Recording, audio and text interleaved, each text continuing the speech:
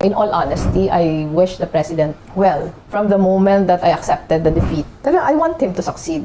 Because his success will be the success of the country naman eh. So ako, nalulungkot ako na nangyayari ito. Nalulungkot ako na it has come to this point. Parang it gives you a sense of kind of helplessness. Saan na ba tayo patutungo? Wait, Mama Lelen, wait. Medyo nalilito lang ako, no? Ano ba talagang stand mo?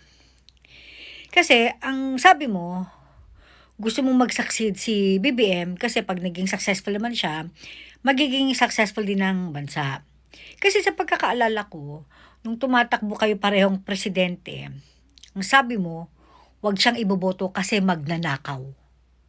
Sinungaling. Hindi maaasahan.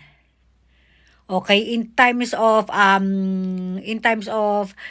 mayroon tayo pinagdadaanan, hindi siya nagpapakita. Parang ganun yung sinabi mo eh.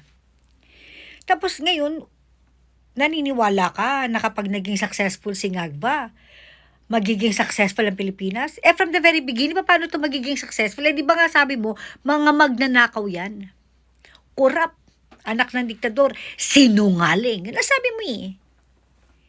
I don't understand kung bakit sinusuportahan mo ngayon itong si Bangag, samantalang na ikaw ang Vice President. Okay? Vice President ha? Hindi mo sinuportahan yung sariling administrasyon mo. Di ba?